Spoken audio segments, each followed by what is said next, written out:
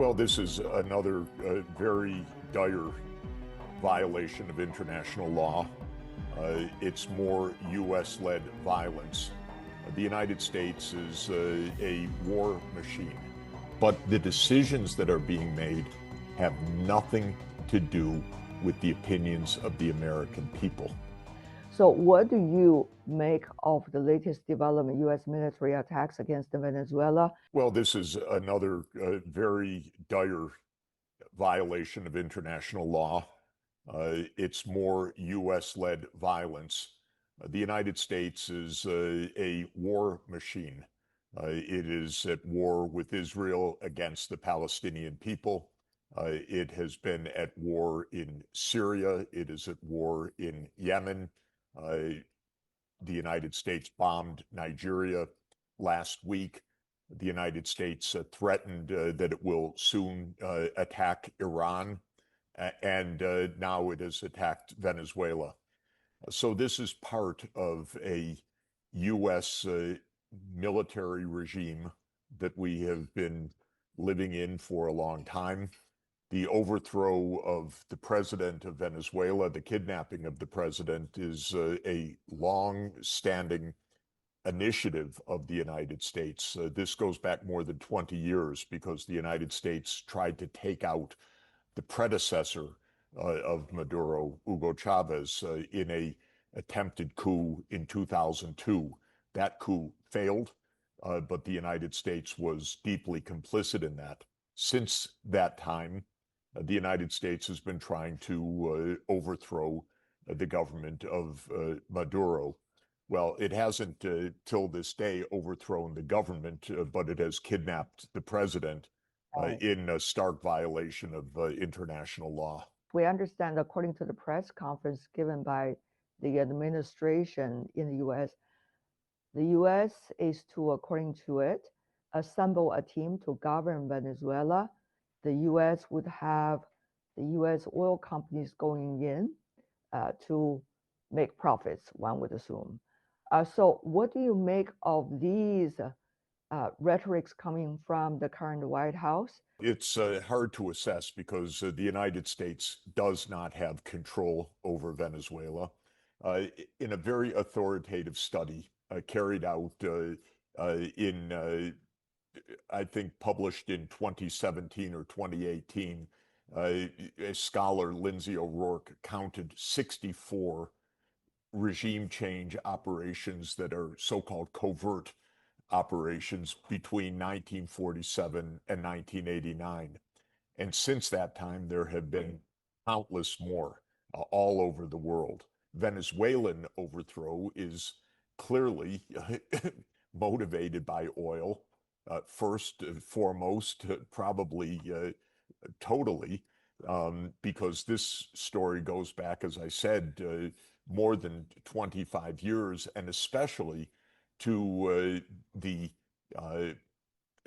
move by the Venezuelan authorities back in 2007, 2008 to insist on majority Venezuelan control over the oil in their so-called Orinoco Belt, which is a vast oil reserve. And after that, the deep state of the United States was determined to overthrow this government. And again, the claim that the U.S. is going to run Venezuela is probably delusional because, as I was saying, in the nearly 100 or several dozen regime change operations, rarely does the U.S. control anything after it has instigated violence. Usually there is conflict, assassinations, civil war, unrest.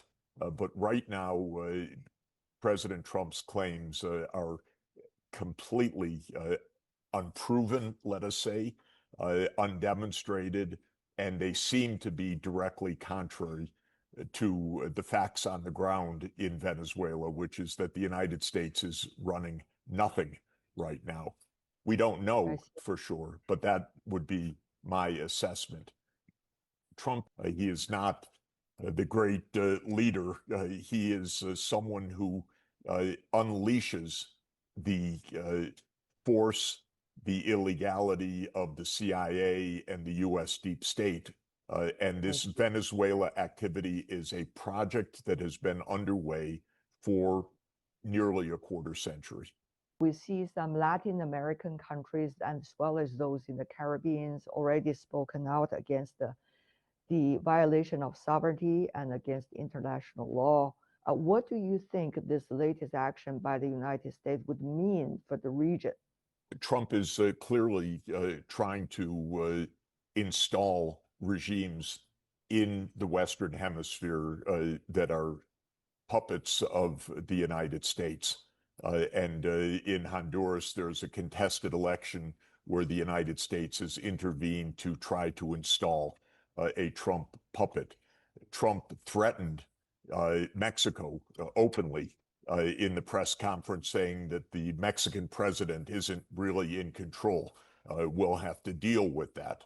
Trump is making threats against Panama. He has threatened the president of Colombia.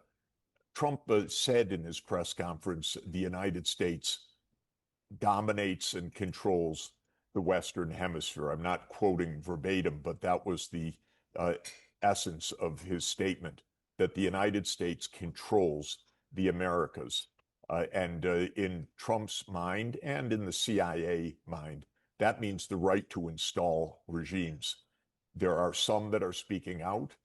Trump or the CIA will perhaps try to take actions to unseat those governments. This is a thuggish regime that we have right now. It is extra-constitutional. It is not governed by law. It is a regime of power. And Trump expressed as much explicitly in his press conference. Also threats against the Cuba and Colombia governments. Very explicit. Part of this aim is to bring down the Cuban government as well.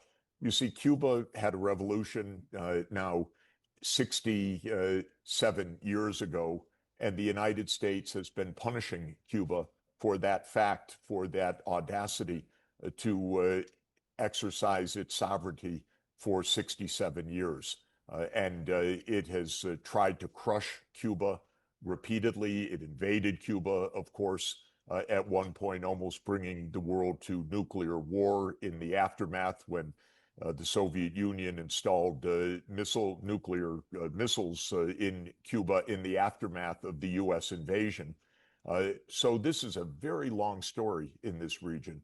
But Trump has unleashed the most violent side of the American military-industrial state. Earlier, we have seen, footages coming out of Florida at the New Year party held by the first family, with a celebration there, while the first couple coming out and suggesting for world peace.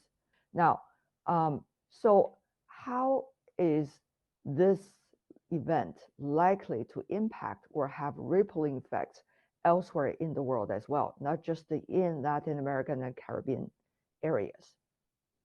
I think this should make clear to everybody the state of affairs, which I've many times tried my best to explain, which is that the United States is ruled by a military-industrial complex, as President Eisenhower told us already 65 years ago in his farewell address. That remains true until today. At times, it is kept somewhat under control by the politicians, but Trump has unleashed it fully in many parts of the world. We also noticed that the UN Secretary General responded to the latest US military attacks against Venezuela and the apprehension of the Venezuelan president and his wife. However, it is a time when the global governance, especially the UN system, is under the threat of being weakened. What do you make of the current realities of how at all the international community can react to the latest action? So the U.S. is a violent regime, and this has been laid clear for people to see. The ramifications of that are, of course, very serious. The world edges closer to world war. Trump himself actively speaks about war in all different parts of the world. He even said about the Ukraine war, which he claims at some points to be trying to stop. Well, we're sending missiles there, but they're being paid for by Europe. Trump's an arms salesman in addition to a promoter of violence. But most importantly, most tragically, most dangerously, this U.S. government has ripped up the UN Charter. Let's be absolutely clear about that. And the UN Charter is not a game. The UN Charter is our lifeline. It is a way to avoid the disasters of war that befell the world twice in world wars in the 20th century, but now in a nuclear age would end the world entirely. That's why we have the UN Charter. But the United States, I think pretty much alone in the world, is ripping up the UN Charter. China is trying very hard to defend it. Smaller countries all over the world depend on it. They don't want this kind of thuggery. But the United States doesn't care at all about the international law. The United States should not be permitted to kill, to destroy, to undermine, to make useless the organization on which we depend for our survival. And most of the world is absolutely in favor of an effective and functioning United Nations. In different US cities, especially major ones, from the east to the west, there have been protests and demonstrations against the US government actions toward Venezuela. US security state, the CIA, the National Security Agency, the White House, do not represent the American people. This is not a constitutional order. This is nothing about democratic viewpoints or the public opinion. So when people demonstrate, they're expressing their opposition and their outrage, their sense that this endangers the United States. But the decisions that are being made have nothing to do with the opinions of the American people. This is how our government functions right now. It functions independent of the common good of the American people and of the opinions and attitudes of the American people. There is no attempt at public discourse.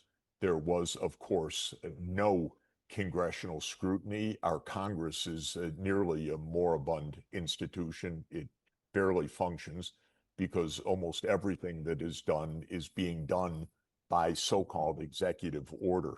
So the fact that people are demonstrating is another sign of the fact that we have a rogue state, not only rogue in the international law sense, but rogue in the constitutional order of the United States, which is that Congress and Congress alone has the power to declare war.